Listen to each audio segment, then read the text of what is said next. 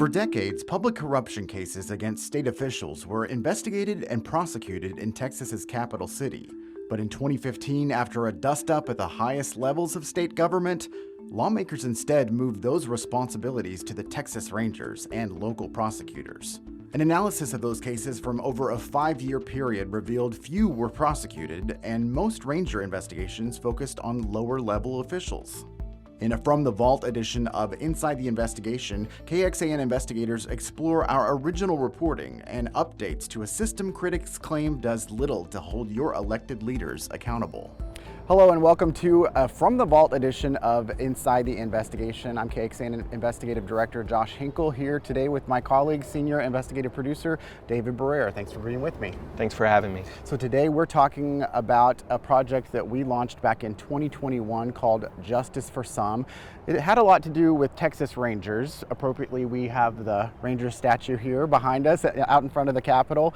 I think a lot of people think about Texas Rangers and they think about this guy because it's kind of nostalgic. The Texas Rangers, law and order, justice, that type of thing in Texas. But there's a lot more that the Texas Rangers do, and particularly this project dealt with public corruption and that type of thing. So what did we discover in the data when we started diving into this investigation? Yeah, so I think first I'll say this was a great partnership with the Texas Observer, and Lisa Olson with the Texas Observer did a great job partnering with us and did a lot of the legwork and helped us quite a bit. So this all goes back to the Travis County Public Integrity Unit. And to give you a little history, the way that it used to be was that Public Integrity Unit was intended to prosecute cases, big cases of corruption in the state, including politicians.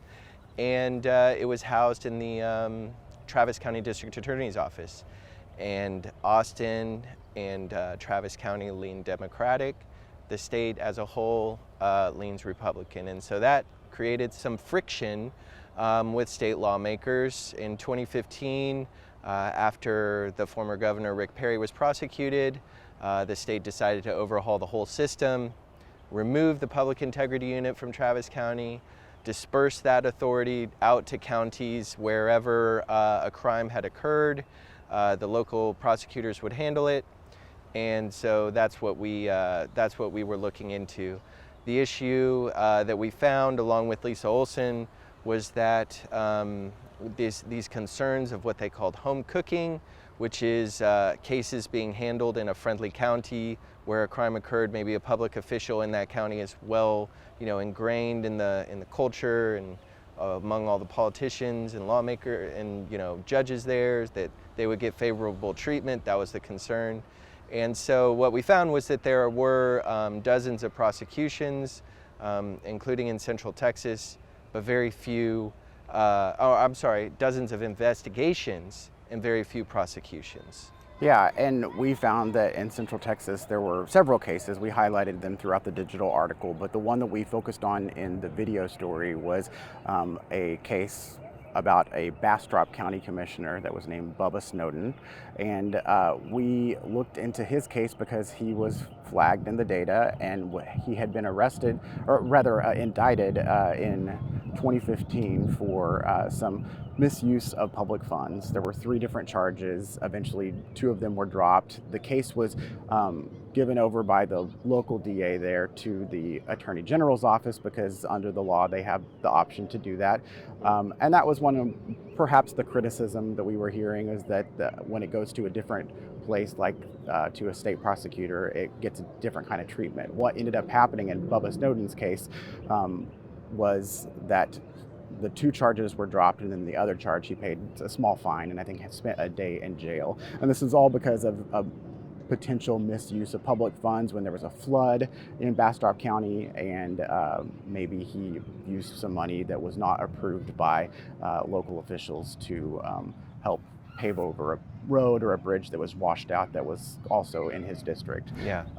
The other thing about this is we would have liked to talk to Bubba Snowden about this, but he died shortly before we did this story because he ran for re-election. After all of that happened, he won, and just a few days into his new term, he passed away. So that was kind of the case we highlighted, but I think it really showed, the granular level that things can kind of spiral, and I think that people don't realize how often this happens, even on the very local level. As I mentioned, there were several other big cases here in Central Texas and throughout the state. What were some of the other ones we highlighted? Yeah, I'll mention one, Todd Smith, who worked nearby here. He was the political consultant for our agriculture commissioner, Sid Miller, and he got into trouble several years ago because he got charged with theft.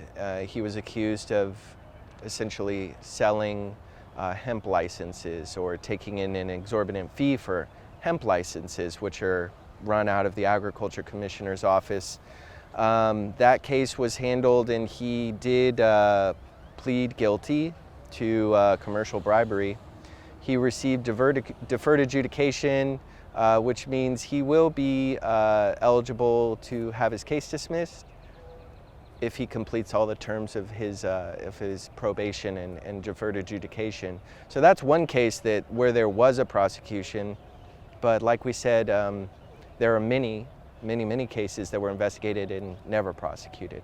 Yeah, and as you mentioned, this was a partnership with the Texas Observer. Lisa Olson over there did a lot of the data work, wrote her own story kind of about a broader statewide angle on this. If you go to the story on KXAN.com, which we provided as a link in this story on our website, we have buttons that will take you to each of the partners here. KTEP was a radio station in El Paso that did a story down there, and also the Fort Worth Report also kind of did a localized story in its area. On our web story specifically, we wanted to give people access to a lot of the data and evidence that we had found. So we have interactive maps that you can click on it, and it will take you to specific cases in each of the counties that we investigated, and you can also see some of the documents from the evidence that we gathered for that.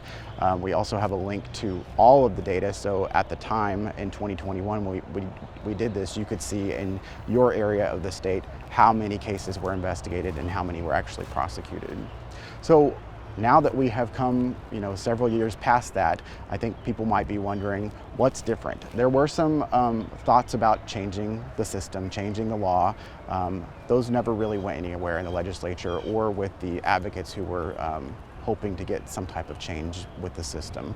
Talk to me about that. Yeah, so one of the experts we talked to, Craig McDonald, who used to head Texans for Public Justice, I think I'm getting that name right, his suggestion was to create a sort of an independent, nonpartisan public integrity unit that wouldn't be housed inside of Travis County's district attorney's office, that would be less susceptible to these sorts of concerns from statewide politicians that there was unfairness in the office. He, at the time, said, we're in a very partisan atmosphere in Texas. It would be tough to make this sort of thing happen, but he thought that was one of the best avenues forward that he could think of. As you can imagine, here we are 6 years later or 5 years later, and that has not happened. So the suggestion that he had and the changes that were suggested at that time, really we haven't seen any movement on those. I'm not sure there's much political will or momentum behind any of them right now either. Maybe someone here at the Capitol will be watching this story. It will spark them to think about maybe let's reevaluate the system, but we shall see. All right, we've got a lot to talk about with that topic and many other things ahead of the legislative session, which is next year, 2027. So we appreciate you watching. Thanks for being with me, David. Thanks for having me. All right, we'll see you next time. You can watch all new episodes of Inside the Investigation on the KXAN Plus Smart TV app every Friday. You can also listen to an audio version on KXAN's Investigative podcast with new episodes every Saturday morning wherever you get podcasts.